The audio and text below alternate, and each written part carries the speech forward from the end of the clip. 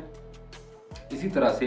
متاثرین کو انصاف کی فراہمی اور مجرموں کو سزا کا عمل یقینی بنانے کے لیے متعلقہ اداروں کے درمیان ہم آہنگی بہت ضروری ہے۔ یہ محکمہ داخلہ پنجاب جو ہے انہوں نے جو اپنی تجاویز ہیں وہ دی ہیں کہ یہ بہت ضروری ہے کہ اداروں کے درمیان جو ہے وہ ہم آہنگی ہونی چاہیے۔ اسی طرح سے اس رپورٹ میں محکمہ داخلہ پنجاب جو ہے انہوں نے اپنی جو سفارشات پیش کی ہیں اس کو اگر دیکھا جائے، ان کو دیکھا جائے تو اس کے مطابق child protection and welfare bureau جو ہے بچوں کو مجرموں سے بچانے کے لیے اہم سٹیک ہولڈرز ہیں، اور اسی طرح سے انہیں مزید حساس بنا کر موجودہ صورتحال کے پیش نظر مزید فعال ہونے کی ہدایت کی جا سکتی ہے۔ بیورو کے پاس پیشہ ور افراد اور متحرک اہلکاروں کی ایک باہمت ٹیم ہونی چاہیے جس میں بچوں کے تحفظ کے افسران، ماہر نفسیات، قانونی افسران اور ڈاکٹر بھی شامل ہوں تاکہ بچوں کو زیادتی سے بچایا جا سکے اور متاثرین کی بحالی کی جا سکے۔ جو کہ متاثرہ بچے ہیں، جو پہلے سے متاثرہ ہیں، ان کو بھی زندگی جینے کے موقع پوری طرح سے حاصل ہو سکے۔ محکمہ داخلہ نے بچوں کے ساتھ کام کرنے والے پیشہ ور افراد جیسے اساتذہ، قانون نافذ کرنے والے اداروں کے اہلکاروں اور سماجی کارکنوں کے لیے تربیتی پروگرام شروع کرنے کی بھی تجاویز جو ہیں وہ پیش کی ہیں۔ اسی طرح سے محکمہ داخلہ نے مزید جو اپنی سفارشات میں بتایا ہے وہ یہ ہے، گھریلو تشدد کی ہیلپ لائن 1099 کو محکمہ پولیس کے ساتھ منسلک کرنے اور صوبائی سطح پر تمام ہیلپ لائنوں کے درمیان مؤثر ہم آہنگی کی سفارش بھی کی گئی ہے۔ اس طرح سے حکومت کو بچوں سے زیادتی کے مقدمات کے لیے خصوصی عدالتیں قائم کرنی چاہیے، قانون نافذ کرنے والے اداروں اور عدالتی نظام کی صلاحیت اور تربیت کو بڑھانا چاہیے تاکہ ایسے مقدمات سے مؤثر طریقے سے نمٹا جا سکے۔ تو یہ تھی جی ایک رپورٹ تھی جو کہ میں نے آپ لوگوں کے سامنے جس کا ڈیٹا پیش کیا، اور محکمہ داخلہ پنجاب جو تھی ان کی سفارشات جو تھیں وہ بھی میں نے آپ لوگوں کے سامنے رکھی۔ تو اس پر اب جو پہلا سٹیپ لیا ہے وہ لیا ہے محکمہ اسکول ایجوکیشن جو ہے، محکمہ اسکول ایجوکیشن، انہوں نے یہ ایک سٹیپ اٹھایا کہ انہوں نے فوری طور پر پنجاب کے تمام اسکولوں میں جو ہے وہ بچوں کو جنسی تشدد جیسے واقعات سے محفوظ رکھنے کے لیے آگاہی پروگرام کرنے اور اس حوالے سے اقدامات اٹھانے کی جو متعلقہ افسران ہیں یا جو ان کی اتھارٹیز ہیں نیچے ضلعی سطح پر، ان کو ہدایات جاری کی ہیں کہ وہ اسکولوں میں اس حوالے سے پروگرام کا انعقاد کریں تاکہ بچوں کو اس حوالے سے باقاعدہ تربیت دی جا سکے۔ خاص طور پر اساتذہ جو ہیں ان کو بھی یہ بتایا جا سکے کہ انہوں نے بچوں کی کس پیمانے پہ جا کر جو ہے وہ تربیت کرنی ہے اور ان کو آگاہی دینی ہے، اور اسی طرح سے باقی جو تعلیمی ادارے ہیں اور باقی جو جگہیں ہیں وہاں پر بھی۔ تو اس حوالے سے محکمہ اسکول ایجوکیشن نے یہ سٹیپ اٹھایا۔ تو ساتھ جو اس میں میں سمجھتا ہوں کہ امپورٹنٹ چیز ہے، جدید ٹیکنالوجی کے دور میں آپ کو پتہ ہے کہ انٹرنیٹ پر بہت ساری ایسی چیزیں ہیں جو کہ جن کا استعمال مثبت بھی ہے اور جن کا استعمال جو ہے وہ منفی بھی ہے۔ تو اس حوالے سے بھی ہے کہ گھروں میں خاص طور پر یہ ذمہ داری بنتی ہے، والدین کی ذمہ داری ہے کہ وہ، اور خاندان کے جو بڑے ہیں ان کی ذمہ داری ہے کہ وہ بھی اپنے گھروں کی حد تک اور اپنے خاندان کی حد تک اپنے بچوں کی تربیت کو جو ہے وہ یقینی بنائیں، اسلامی طرز زندگی جو ہے وہ اس کو اپنائیں، اور اسی طرح سے جو ہمارے مدارس ہیں وہاں پر جو علماء کرام ہیں ان کو بھی چاہیے کہ بچوں کی اس حوالے سے خاص طور پر تربیت کریں کہ انہوں نے کس طرح سے یہ جو جنسی تشدد کے واقعات ہیں اس سے کس طرح سے بچنا ہے، محفوظ رہنا ہے۔ خاص طور پر وہ مشکوک افراد یا ایسے افراد جن کی مشکوک حرکات ہوں ان کو کس طرح سے وہ جانچ سکتے ہیں اور ان سے وہ بچ سکتے ہیں اور اپنے آپ کو وہ محفوظ بنا سکتے ہیں۔ اور اسی طرح سے ہمیں ظاہر ہے ایک معاشرے میں ہم رہتے ہیں اور گلی محلوں میں یا جہاں پر بھی ہم رہتے ہیں، ہمارے جو ہمسائے ہیں یا ہم کسی کے ہمسائے ہیں، تو ہم سب کی یہ ذمہ داری بنتی ہے بینگ مسلم بھی، اور اس طرح سے ایک سوسائٹی میں رہتے ہوئے ہماری یہ ذمہ داری بنتی ہے، من حیث القوم بھی ہماری ذمہ داری ہے، اور کہ اجتماعی طور پر ہم جو ہے وہ اپنی سطح پر اپنے آپ کو بہتر کریں، اور یہ ذمہ داری قبول کریں کہ ہم نے اپنے بچوں کو بہتر مستقبل دینا ہے، اور اپنے بچوں کو بہتر مستقبل دینے کے لیے، ایک روشن مستقبل دینے کے لیے